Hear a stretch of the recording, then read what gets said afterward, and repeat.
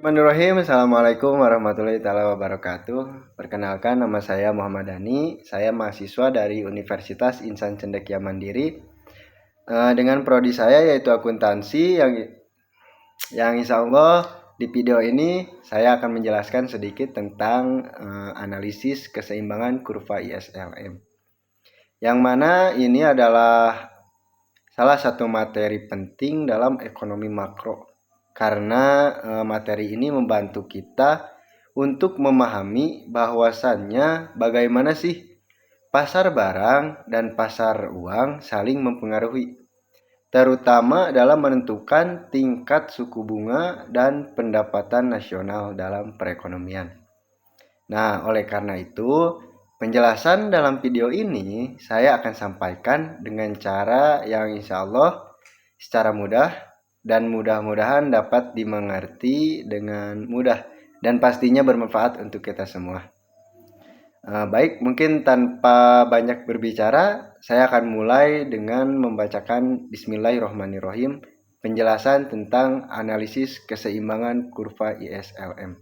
Baik, di sini ada beberapa penjelasan yang mungkin akan saya jelaskan, yaitu yang pertama yang akan saya jelaskan adalah pengertian kurva IS.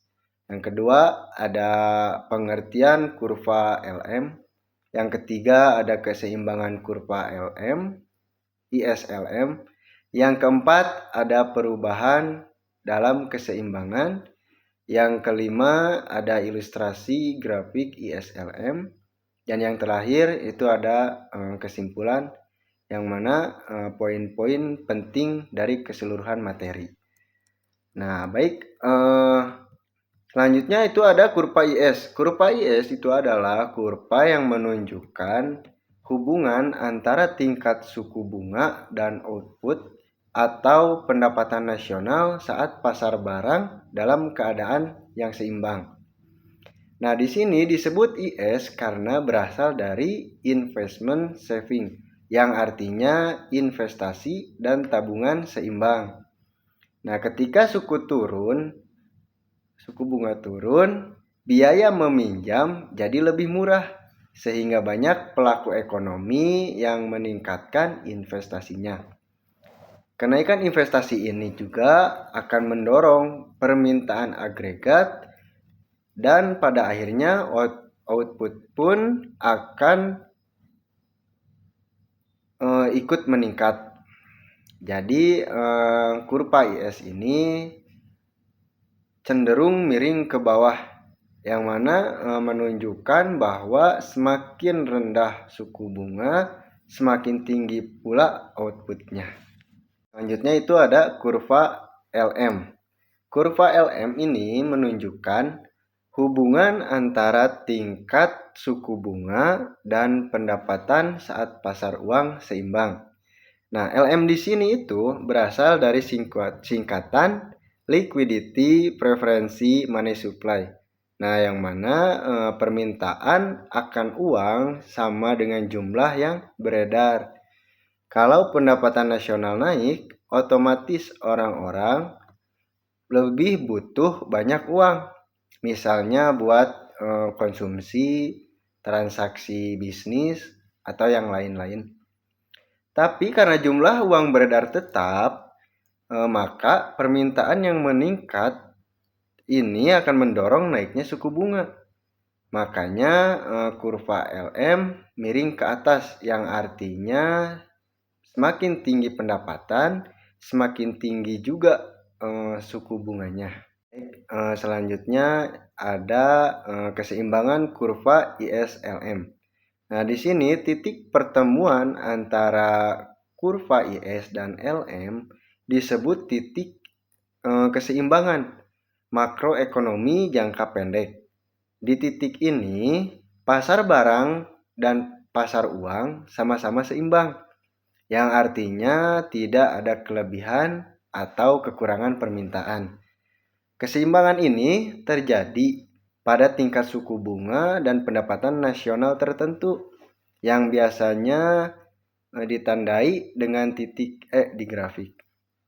Kalau ekonomi berada di luar titik ini, maka ada tekanan dari pasar untuk kembali ke titik seimbang. Entah itu melalui penyesuaian suku bunga atau output. Selanjutnya ada perubahan dalam keseimbangan. Nah, dalam kenyataannya, keseimbangan ISLM ini bisa berubah karena adanya kebijakan ekonomi, baik dari pemerintah maupun bank sentral.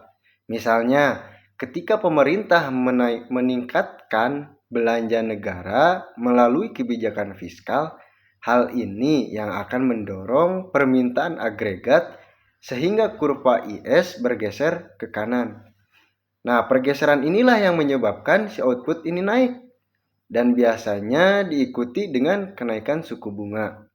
Sebaliknya, kalau bank sentral melakukan ekspansi moneter atau menambah jumlah uang yang beredar, kurva LM akan bergeser ke kanan, yang hasilnya suku bunga akan turun dan output pun akan naik.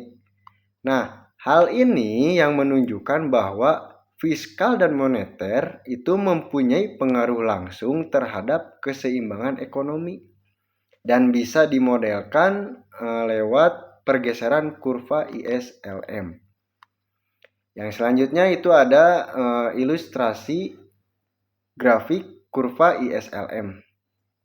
Nah, gambar di samping ini menunjukkan pertemuan antara kurva IS dan LM yang menghasilkan titik keseimbangan E.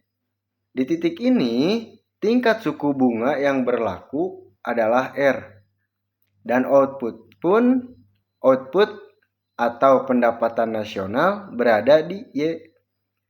Titik ini sangat penting karena menggambarkan suatu kondisi ideal yang dimana tidak ada tekanan inflasi berlebihan atau kekurangan permintaan. Nah, kalau ada perubahan kebijakan, maka posisi titik E ini akan berubah atau bergeser. Misalnya jadi ke kanan, jadi kanan atas atau kanan bawah. Nah, mungkin itu tergantung kemana si kurvanya bergeser. Nah, di sini melalui grafik ini kita bisa melihat bahwasanya secara visual bagaimana interaksi antara pasar barang dan pasar uang bekerja dalam sebuah perekonomian. Dan untuk yang terakhir itu ada kesimpulan. Nah, dari penjelasan yang tadi bisa kita simpulkan bahwasannya model ISLM ini adalah alat analisis makroekonomi yang sangat berguna untuk memahami keseimbangan dalam perekonomian. Nah, perbedaannya, kurva IS ini mempresentasikan keseimbangan di pasar barang, sementara kurva LM mempresentasikan keseimbangannya di pasar uang. Nah, untuk titik perpotongan keduanya menunjukkan kondisi seimbang antara suku bunga dan output. Model ini juga yang akan menunjukkan bagaimana kebijakan fiskal dan moneter bisa mempengaruhi ekonomi melalui pergeseran kurva dan perubahan titik keseimbangan. Nah, jadi model ISLM bukan hanya teori, tapi juga berguna dalam pengambilan keputusan ekonomi di dunia nyata.